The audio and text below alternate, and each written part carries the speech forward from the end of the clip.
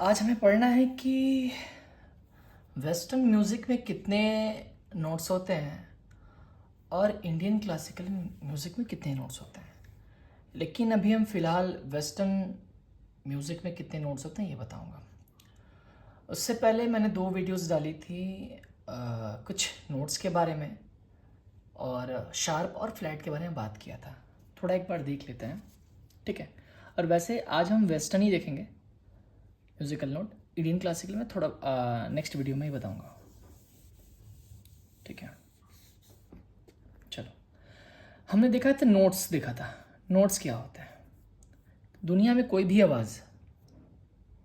आवाज़ जो आवाज़ क्रिएट करती है, कोई भी चीज़ जो आवाज़ क्रिएट करती है, ठीक है, जो आवाज़ होती है वो किसी न किसी नोट में ही होता है, ठीक है। हर एक आवाज़ की एक अपनी अलग अलग पिच होगी, ठीक है। उसके अकॉर्डिंग नोट्स डिसाइड होते हैं, ठीक है। क्लियर है? तो आप यहाँ कह सकते हो कि अलग अलग आवाज़ ही अलग अलग नोट होंगे, ये आप कह सकते हो, ठीक है। पहला ये हो गया। दूसरा हमने देखा था शार्प। ये सिंबल किसका है? शार्प का। और ये किसका है? फ्लैट का। इसको क्या बोलते हैं? शार्प और फ्लैट। शार्प, जैसे मैंने बोल चाल के भाषा में बताया था कि शार्प का मतलब वो लड़का बड़ा शार्प दिमाग से है, हमेशा आगे होगा। तो एग्जाम्पल देख लेते हैं शार्प का कुछ। जैसे ए है, ए का शार्प कहाँ लिखेंगे, कैसे पता चलेगा? अगर मुझे ए शार्प लिखना है, पहले बताओ कैसे लिखेंगे? ए शार्प कैसे लिखेंगे बताओ? ए लिखेंगे और इस सिंबल को यहाँ पे यूज़ कर लो, ए शार्प। ए फ्लैट लिखना है तो ए यहाँ से फ्लैट उठा लो, ए फ्लैट। डी शार्प लिखना है, डी शार्प उठा लो। इसको कैसे बोलेंगे बदल गया, लिखना और बोलना भी आ जाएगा, ठीक है। एक बार बोलना सीखो, एक बार लिखना सीखो आप, ठीक है। इतना क्लियर हो गया ना, ठीक है। अब शार्प कहाँ लिखते हैं, ये बहुत बड़ा सवाल है ये, कि शार्प हम कहाँ लिखेंगे। जैसे हमने डी लिख दिया, डी लिख दिया, अब डी शार्प कहाँ लिखूं? इधर लिखूं, इधर लिखूं या इधर लिखूं? तो शार्प का मतलब होता है आगे, तो डी से आगे लिखेंगे, डी शार्प। तो पीछे क्या लिखते हैं फिर? फ्लैट लिखते हैं। फ्लैट हमेशा पीछे होता है, तो डी फ्लैट। फ्लैट का डेफिनेशन यही है कि कम कम हो जाना, ज़्यादा शार्प, दिमाग से ज़्यादा ही शार्प है, ज़्यादा है दिमाग से, वो लड़का बहुत ज़्यादा अच्छा है, मतलब शार्प है, आगे है, तो आगे लिखेंगे और ये पीछे लिखेंगे। क्लियर है? तो देखो, फ्लैट और शार्प भी मैंने यहाँ पे एक्सप्लेन कर दिया है। मुझे जहाँ तक लगता है कि अब दिक्कत नहीं होगी, ठीक है। अगर दिक्कत हुई तो एक बार पीछे आप पीछे वाला वीडियो आप देख लेना एक बार, ठीक। तो हमने 2 वीडियो में जो डिस्कस किया था, हमने अभी कम समय में यहाँ पे डिस्कस कर लिया है, ठीक है। अब देखते हैं वेस्टर्न म्यूज़िकल नोट क्या होता है। वेस्टर्न म्यूज़िकल नोट, ठीक है, जो वेस्टर्न सॉन्ग्स होते हैं, ठीक है, ठीक है, उसमें कौन कौन से म्यूज़िकल नोट यूज़ हो रहे हैं, टोटल कितने म्यूज़िकल नोट होते हैं, टोटल जो भी म्यूज़िक बनता है वो किस किस नोट पे हो सकता है, हम ये देखेंगे। नहीं तो टोटल कितने होते हैं वेस्टर्न म्यूज़िकल नोट? कितने होते हैं? 12 होते हैं। वेस्टर्न म्यूज़िक में जितने भी नोट्स यूज़ होते हैं 12 होते हैं। ऐसा कुछ जादू नहीं होता, इंडियन में कुछ अलग नहीं होता, सेम ही होता है, ठीक है। उसमें भी 12 है, इंडियन क्लासिकल म्यूज़िक में भी आपका 12 ही है।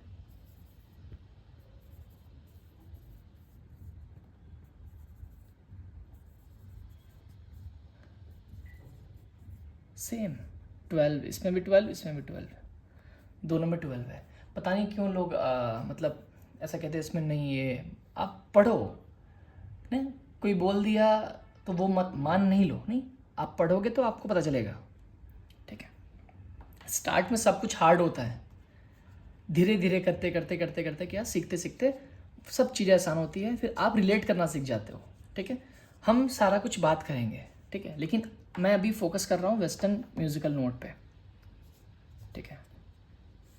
चलो, वो 12 म्यूज़िकल नोट कैसे होंगे, कौन से होंगे, ये पता करना होगा।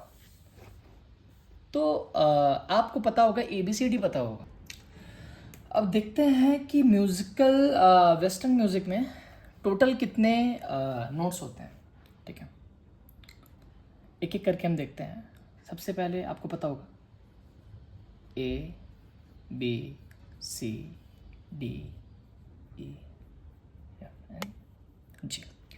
ये बताइए आपको। ABCD आता है आपको, बस G तक याद करना है। HIJKLMN ये सब कुछ नहीं। ठीक है, A से लेकर G तक, A to G, इतना पता होना चाहिए आपको। ठीक है, अब शार्प के बारे में पता होगा। शार्प क्या होता है?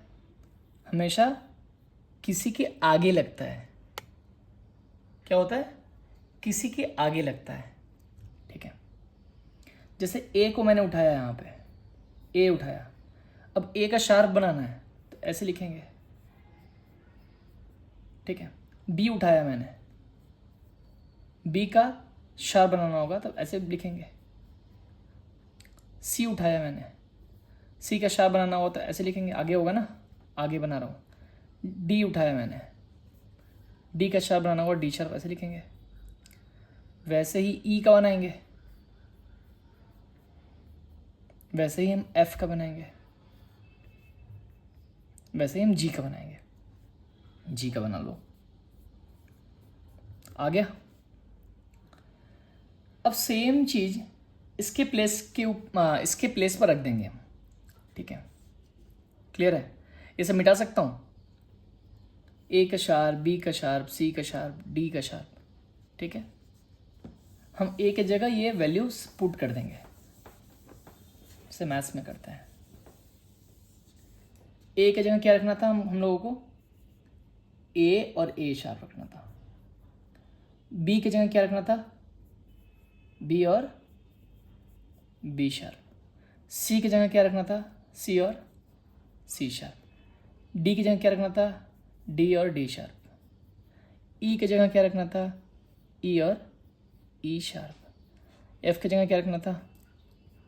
एफ और एफ शार्प। जी की जगह क्या रखना था? जी और जी शार्प। हर एक को कॉमा सेपरेट करेंगे, ए के बाद इसको कॉमा, इसको कॉमा, इसको कॉमा, इसको कॉमा, इसको कॉमा। ठीक है, सबका मैंने शार्प लगा दिया। ठीक है, अब एक नोट करना कि ई एंड बी का शार्प नहीं होता है।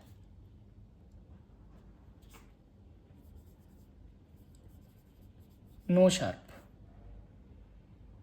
ठीक है, तो बी का नहीं होता और किसका नहीं होता?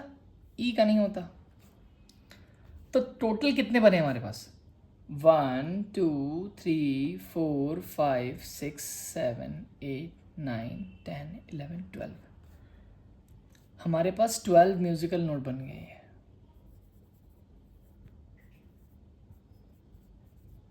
ये हमारे 12 म्यूजिकल नोट है। क्या मैं इसको फिर से अच्छे से लिख देता हूँ ना, जिससे कि आपको समझ में आए। मैं मिटा रहा हूँ। याद रखना, बी और ई का शार्प नहीं होता। ठीक है, और हर एक नोट का शार्प होता है। तो मैं ऐसे लिख देता हूँ, ए शार्प, बी का शार्प नहीं होता तो नहीं लिख रहा हूँ। सी आएगा, सी शार्प, डी का शार्प होता है। ई का शार्प नहीं होता तो एफ शार्प, जी और G sharp. A sharp, B, C sharp, D sharp, E, F sharp, G sharp. ठीक है, क्लियर हुआ? ये एक तरीका है ऐसे समझने का, तुरंत वाला तरीका है। ये 12 म्यूजिकल नोट हो गए हमारे पास। A sharp, B, C sharp, D sharp, E, F sharp, G sharp. एक तरीका और था हमारे पास, इसको और दोनों शार्प और फ्लैट दोनों को दिख सकते थे हम। ठीक है, इसको मैं मिटाऊं? चलो मिटा देता हूँ।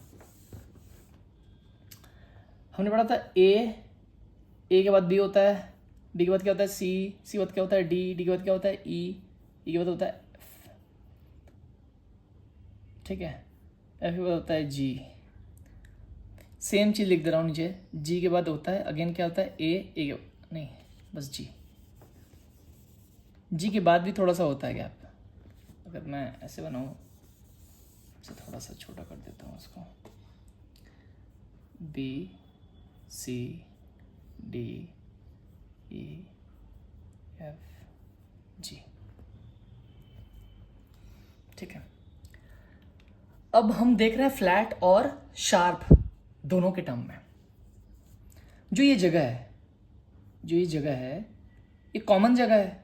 ये जगह क्या कहलाता है? अगर मैं इसको जूम करता हूँ ऐसा कुछ दिखेगा। ये जगह अगर हम ए से देखें तो ये जगह ए से आगे है, और सेम जगह अगर मैं बी से देखूं तो पीछे है। इस जगह का नामकरण करते हैं ठीक है।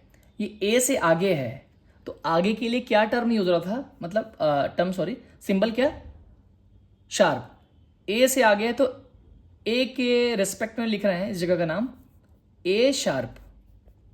सेम जगह है तो और इसका नाम कुछ और भी हो सकता है बी के टर्म में। बी के रेस्पेक्ट में हम देख रहे हैं ये पीछे वाला क्या है, बी पीछे आ रहा है तो फ्लैट था ना पीछे की तरफ, बी फ्लैट। तो इस जगह का नाम क्या है? अगर ए से देख रहे हैं तो ए से आगे की तरफ इस जगह का नाम ए शार्प है, और बी से पीछे देख रहे हैं सेम जगह तो बी फ्लैट है, ठीक है, क्लियर है। वैसे ही बी और सी का देखो, बी शार्प तो हो नहीं सकता, होता ही नहीं है, तो इस जगह को छोड़ ही दो। सी और डी का देख सकते हैं, सी से आगे है तो क्या होगा सी शार्प, डी से पीछे है सेम चीज तो क्या होगा डी फ्लैट। फ्लैट क्यों? पीछे के लिए ये टर्म यूज हो रहा था ना, मतलब सिंबल ये पीछे के लिए था। शार्प मतलब आगे। तो देखो अब ये जगह आगे है डी से तो इसको क्या बुलाएंगे, डी शार्प बुलाएंगे, आगे है। ये जगह ई से पीछे है तो क्या बुलाएंगे, ई के टर्म में ई पीछे, ई फ्लैट। अब ये जगह का यूज तो होगा नहीं क्योंकि ई शार्प लिख रहे थे हम, हाँ तो ई शार्प होता नहीं है पता है। इसको क्या बुलाएंगे, एफ शार्प और जी फ्लैट। क्यों एफ शार्प, एफ आगे है जी पीछे है। अब यहाँ क्या होगा, जी शार्प होगा। अब यहाँ पे फ्लैट किसका होगा, जी के बाद अगेन ए आता है। मैं यहाँ पे लिखने वाला था ये ए आता है तो ए के टर्म में क्या होगा ए फ्लैट, ठीक है। ये जगह बता रहा है अगर ए से देखेंगे तो आगे की तरफ जा रहे हैं, बी से देख रहे हैं तो पीछे की तरफ आ रहे हैं। अगर कहीं बस बी फ्लैट लिखा होगा इसका मतलब वो पिच घट गया है। ए शार्प लिख रहा है तो ए मतलब पिच बढ़ गया है, ठीक है। दोनों का मतलब ये है, ठीक है। अभी देखो यहाँ पे स्लैश तो बहुत सारे कंफ्यूजन हो सकता है ना, बहुत सारे नोट्स आ गए यहाँ पे तो ना, तो इसीलिए मैं इसके पहले जो समझाया था शार्प के टर्म में ही लिया था, ठीक है। तो आप भी एक ही टर्म लेके चलो, हर जगह मैक्सिमम टाइम शार्प ही यूज होता है। तो यहाँ पे क्या था ए शार्प और बी फ्लैट था, तो या तो आप फ्लैट में भी लिख सकते हो या शार्प में लिख सकते हो। मैं एक शार्प के टर्म में लिख के दिखाता हूँ। जैसे पहले लिखा था ए, बी फ्लैट नहीं ले रहा हूँ तो ए शार्प हो जाएगा, फिर बी हो जाएगा, फिर सी शार्प हो जाएगा, डी शार्प हो जाएगा, ई एफ शार्प हो जाएगा, जी शार्प हो जाएगा। और फ्लैट के टर्म में क्या होगा, ए लिखोगे तो अब शार्प यूज नहीं करेंगे, अब A B flat, B C D flat, D flat के बाद क्या होगा बताओ, डी होगा, E flat, E F, G flat, G A flat. Count करो 1 2 3 4 5 6 7 8 9 10 11 12, 1 2 3 4 5 6 7 8 9 10 11 12। कॉमन लगा ना, ये 12 नोट है हमारे पास। A sharp, B, C sharp, D sharp, E, F sharp, G sharp. दूसरा क्या बोल सकते हैं हम, A B flat B, C D flat D, E flat E, F G flat G, A flat. ठीक है, मैक्सिमम टाइम लोग sharp में इसको याद करो ना, जल्दी से याद हो जाएगा। A sharp, B, C sharp, D sharp, E, F sharp, G sharp. ठीक है, ये हमारे म्यूजिकल नोट हो गए ये। ठीक है, western musical note, total musical note यही है। ठीक है, अब हम ठीक है, अब इंडियन क्लासिकल भी ज़रा देखेंगे हम। ठीक है, पहले इसको आप अच्छे से वीडियो देखो, आप समझो कि क्या लिखा हुआ है, किसका मतलब क्या है। हमने जो 2 वीडियो में बात की थी वो हमने यहाँ पे इस्तेमाल किया है अच्छे तरीके से। ठीक है, चलो।